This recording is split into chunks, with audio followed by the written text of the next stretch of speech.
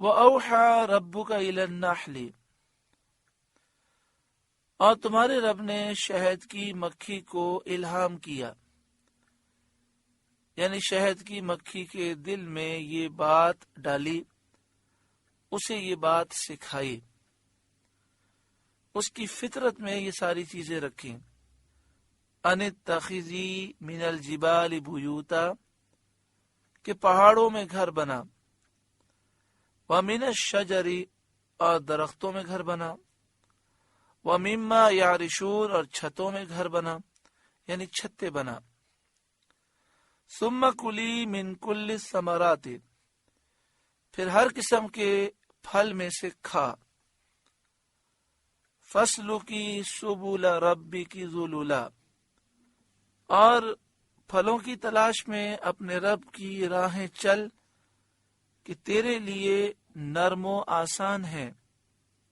فضل الہی سے یہ نرم و آسان ہے جس کا تجھے الہام کیا گیا ہے، حتیٰ کہ تجھے چلنا پھرنا دشوار نہیں، اور تو کتنی ہی دور نکل جائے راستہ نہیں بھٹکتی اور اپنے مقام پر واپس آ جاتی ہے۔ آیت کریمہ میں شہد کی مکھی کا ذکر ہے، اور یہاں پر یہ ذکر کیا گیا کہ شہد کی مکھی کو یہ حکم دیا گیا کہ وہ پھلوں کو، پھولوں کو حاصل کرنے کے لیے، یعنی ان کا رس حاصل کرنے کے لیے دور دور جاتی ہے۔ مفسرین بیان فرماتے ہیں کہ اللہ تعالی نے مکھی کو وہ نظام دیا ہے کہ اس کا چھتے سے تعلق رہتا ہے۔ یہ مکھی کئی میل دور چلی جاتی ہے رس کو چوسنے کے لیے، اور جب واپس آتی ہے تو راستہ نہیں بھٹکتی اور اپنے چھتے ہی تک جاتی ہے۔ آج کل کے سائنسدان یہ کہتے ہیں کہ جس طرح ایک موبائل کا موبائل ٹاور سے رابطہ ہوتا ہے، اسی طرح شہد کا چھتا شہد کی مکھی بناتی ہے۔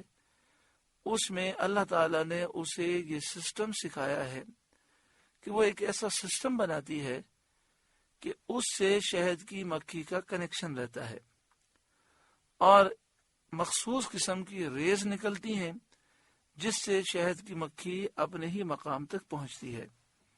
شہد کی مکھی کے چھتے کو آپ دیکھیں تو شہد کی مکھی کی چھتے کو دیکھ کر، اس کے بنانے کے انداز کو، اور شہد کی مکھی کے نظام کو دیکھ کر کہ شہد کی مکھی کی ملکہ کس طرح پورا نظام چلاتی ہے، اور ایک چھتے میں پوری حکومت کا نظام موجود ہوتا ہے۔ سپاہی مکھیاں الگ ہوتی ہیں، خادم مکھیاں الگ ہوتی ہیں، تو یہ جو پورا نظام ہے اسے دیکھ کر انسان حیران ہو جاتا ہے کہ اللہ تعالیٰ نے اتنی چھوٹی سی مکھی میں کیسی کیسی صلاحیتیں رکھی ہیں۔ آج کل کے سائنسدان یہ کہتے ہیں کہ شہد کی مکھی ہو یا پرندہ ہو، ان کے دماغ میں قدرتی طور پر پروگرامنگ ہوتی ہے۔ جس طرح ہم کمپیوٹر میں پروگرامنگ کرتے ہیں، تو انہوں نے کہا کہ جب بھی یہ جانور پیدا ہوتے ہیں تو ان کے ذہن میں قدرتی طور پر پروگرامنگ ہوتی ہے۔ انہیں اڑنے کے لیے، پرندوں کو کہیں ٹریننگ کے لیے جانا نہیں پڑتا، وہ خود ہی جانتے ہیں کیسے اڑنا ہے۔ اسی طرح شہد کی مکھی کہیں سے ٹریننگ نہیں لیتی، اللہ تعالیٰ نے ان کے ذہن میں ایسی پروگرامنگ رکھی ہے کہ اس کے مطابق وہ اپنی ضرورت کی تمام چیزوں کو جانتے ہیں۔ ان اللہ علی کل شیء قدیر، اللہ ہر چاہت پر قادر ہے۔ یہ جو جانور ہیں، یہ پرندے ہیں، یہ مچھلیاں ہیں، یہ پھول، پھل، پودے، درخت، سبزے، اناج، اس پر ساری زندگی گزر جائے، لوگ تحقیق کرتے رہیں، پھر بھی مکمل تحقیق نہیں ہو سکتی، اور جیسے جیسے وقت گزرتا جا رہا ہے بہت ساری عجیب و غریب باتیں لوگوں کے سامنے آتی جا رہی ہیں۔ مگر افسوس اس بات کا ہے کہ وہ شہد کی مکھی کے کمال کو تو مانتے ہیں، لیکن جس رب نے یہ کمال اس میں پیدا کیا، بعض سائنسدان اس کے منکر ہیں۔ جو مسلمان سائنسدان ہیں وہ تو جب سائنس پڑھتے ہیں اور ایسی ریسرچ کرتے ہیں تو ان کے دل میں اللہ کی محبت اور بڑھ جاتی ہے.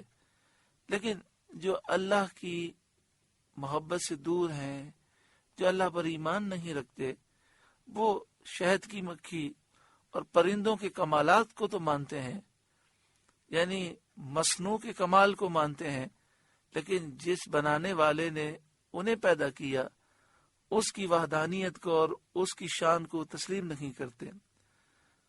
نصیب اپنا اپنا.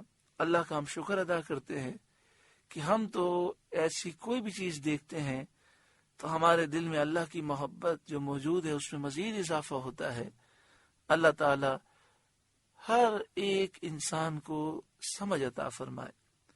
یخرج من بطونها شراب مختلف الوانه فیہ شفاء للناس. اس کے پیٹ سے ایک پینے کی چیز رنگ برنگی نکلتی ہے جس میں لوگوں کی تندرستی ہے، لوگوں کے لیے شفا ہے. شہد کے مفسرین نے 3 رنگ لکھے.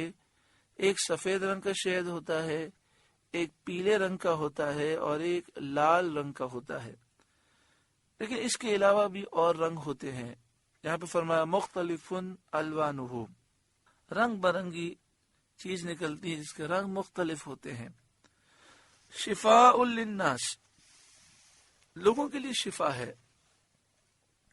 شہد کا استعمال شفا ہے، لیکن جس طرح دوائی میں مختلف مقداریں ہوتی ہیں، جب ہم ڈاکٹر کے پاس جاتے ہیں تو ڈاکٹر کہتا ہے یہ گولی آپ کو آدھی کھانی ہے، یہ دن میں آپ کو 3 کھانی ہے، یا آپ کو دن میں 6 کھانی ہے. تو اسی طرح ہر بیماری کے لیے شہد کی مختلف مقدار ہوتی ہے.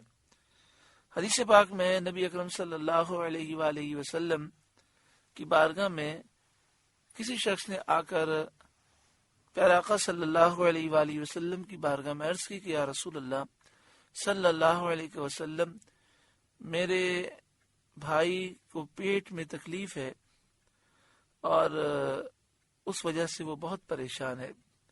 تو آپ صلی اللہ علیہ وآلہ وسلم نے فرمایا اسے شہد پلاؤ. اسے شہد پلایا گیا. پھر انہوں نے آ کے عرض کیا یا رسول اللہ تکلیف تو اور بڑھ گئی. تو آپ نے فرمایا اللہ کا کلام سچا ہے، تیرے بھائی کا پیٹ جھوٹا ہے، اسے شہد پلاؤ. انہوں نے پھر شہد پلایا تو اور تکلیف بڑھ گئی. انہوں نے پھر عرض کی تو آپ نے فرمایا اللہ کا کلام سچا ہے، تیرے بھائی کا پیٹ جھوٹا ہے، اسے اور شہد پلاؤ. پھر جب شہد پلایا گیا تو اس کی بیماری دور ہو گئی.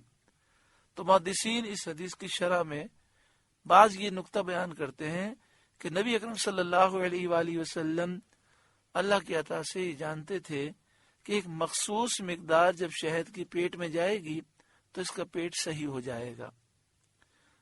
آج کل کے طبیبوں نے شہد کے مختلف طریقے بیان کیے اور اس پہ کافی ریسرچ کی گئی کہ کس بیماری میں شہد کس طرح استعمال کرنا چاہیے. لیکن سب سے اہم چیز یہ ہے کہ شہد اصلی ہو، اور دوسری چیز ہے بھروسہ.